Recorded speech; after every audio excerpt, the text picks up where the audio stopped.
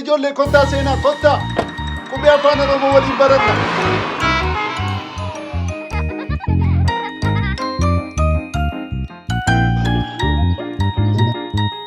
Barnoota barannaa qubee afaan Oromoo. Qubee afaan Oromoo. Qubee afaan Oromoo.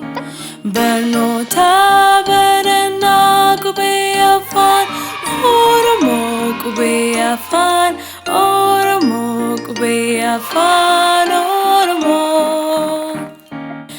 Aguddaa atikaa, baguddaa batikaa, caaguddaa caatikaa, daaguddaa daatikaa, eeguddaa eetikaa, faguddaa fatikaa.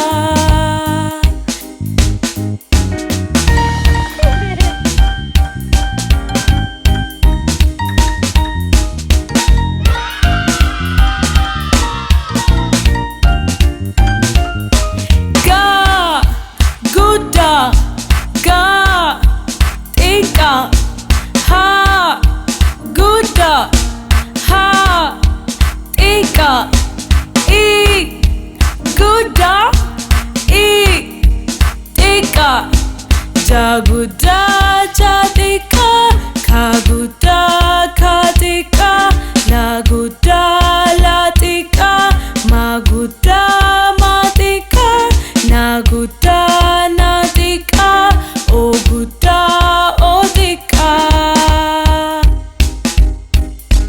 Paguddaa patika, kaguddaa katika, raguddaa ratika, saguddaa satika. Ta guddaa ta tika, guddaa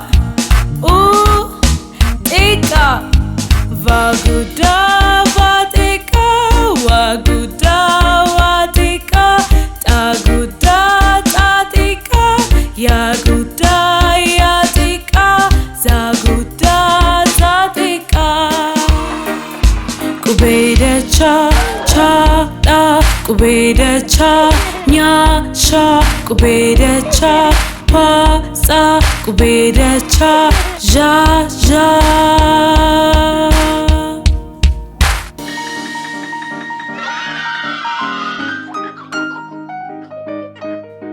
Barattanii ijoollee kottaa.